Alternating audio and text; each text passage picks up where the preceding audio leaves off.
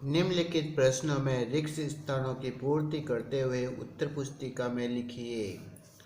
आज हम खाली जगह में के प्रश्नों को हल करेंगे।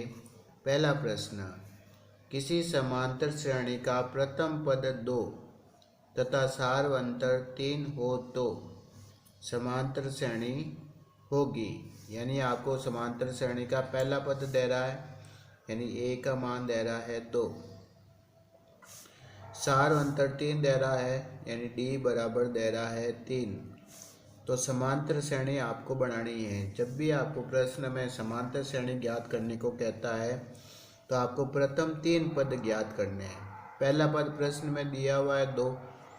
अब दूसरा पद ज्ञात करेंगे, यानी दूसरे पद को क्या कहते हैं, A2, और A2 का सूत्र क्या होगा, A प्लस डी। तो A2 बराबर A का मान क्या है 2 प्लस डी का मान क्या है 3, तो 2 और 3 प्लस 3 5 हो जाएंगे। तीसरा पद ज्ञात करेंगे तो A3 का सूत्र होता है A प्लस 2D।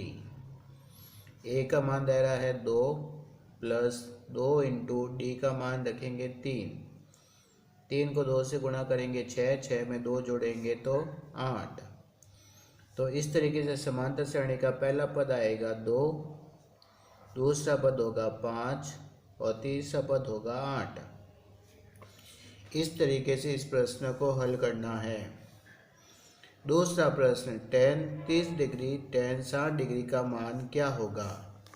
तो tan 30 डिग्री का जो मान होता है वो 1/√3 होता है, इंटू का साइन tan 60 डिग्री का मान √3 होता है। √3 से √3 कटेंगे तो इसका मान हमें 1 प्राप्त होगा। तो रिक्त स्थान में आपको 1 भरना है।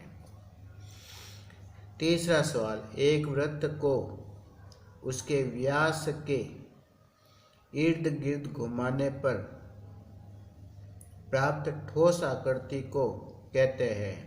ये क्या कह रहा है, एक वृत्त है, समझ लो ये हमने एक वृत्त बनाया, उसके व्यास के इर्द गिर्द घुमाने पर प्राप्त ठोस आकृति, यानी जब वृत्त को इर्द गिर्द घुमाएंगे तो एक ठोस आकृति बनेगी हमारे पास में, और जिसको हम क्या कहते हैं, गोला।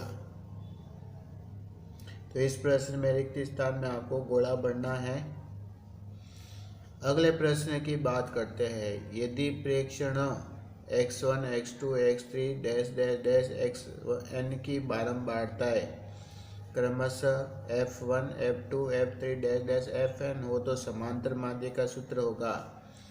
तो जब प्रश्न में हमें x दिया हुआ है और साथ में f भी दिया हुआ है, तब समांतर माध्य का सूत्र होगा x बार बराबर सिग्मा f डॉट x बट्टा सिग्मा f। इस सूत्र को आपको याद रखना है। प्रश्न संख्या 5, किसी श्रेणी का सर्वाधिक बारंबारता मूल्य कहलाता है, यानी इसका मतलब होता है जो संख्या सबसे अधिक बार आती है उस संख्या को हम बहुलक कहते हैं।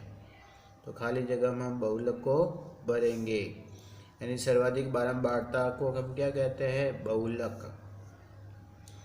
दीर्घ वृत्तखंड का क्षेत्रफल क्या होता है, ये हमें लिखना है। तो दीर्घ वृत्तखंड हमें पता है, जब वृत्त में से जब लघु वृत्तखंड को घटा देंगे तो दीर्घ वृत्तखंड का क्षेत्रफल हमें प्राप्त होता है।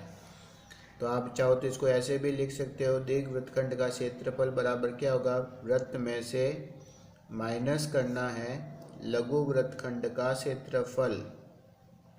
आप चाहो तो इस सूत्र को ऐसे भी लिख सकते हो, नहीं तो आप इस सूत्र को ऐसे भी लिख सकते हो, वृत्त का क्षेत्रफल πr², इसमें से माइनस करना है लघु वृत्तखंड का क्षेत्रफल πr² थीटा बट्टा 360 माइनस r² बट्टा 2 साइन थीटा। इस तरीके से दीर्घ वृत्तखंड का क्षेत्रफल हमें इस सूत्र को याद रखना है। अब प्रश्न संख्या 7 करेंगे। 52 ताशों की एक गड्डी में से एक कार्ड निकाला जाता है। यानी टोटल पत्ते कितने होते हैं कार्ड में? 52 होते हैं। ताश में काले रंग का मुख्य कार्ड होने की प्रायिकता क्या होगी? यानी हमें फेस कार्ड की प्रायिकता ज्ञात करनी है, तस्वीर वाले पत्तों की प्रायिकता ज्ञात करनी है, लेकिन वो तस्वीर वाले पत्ते काले रंग के होने चाहिए। तो आपको पता है काले रंग के 2 बादशाह होते हैं तस्वीर वाले, फिर काले रंग की 2 बेगम होती है, ठीक है ना, फिर काले रंग का गुलाम होता है। टोटल तस्वीर वाले पत्ते 12 होते हैं, जिसमें से 6 काले रंग के होते हैं और 6 लाल रंग के होते हैं। तो काले रंग के तस्वीर वाले पत्तों की प्रायिकता क्या होगी? काले रंग के तस्वीर वाले पत्ते 6 होते हैं और कुल पत्ते कितने हैं? 52, यानी घटना घटित होने का परिणाम बटा कुल परिणामों की संख्या। 6 और 52 कटेंगे 3 के पहाड़े से, 6 कटेगा 3 बार और 52 को 2 से काटेंगे तो 26 बार। तो इस तरीके से काले रंग के पत्ते तस्वीर वाले पत्तों की प्रायिकता होगी 3/26।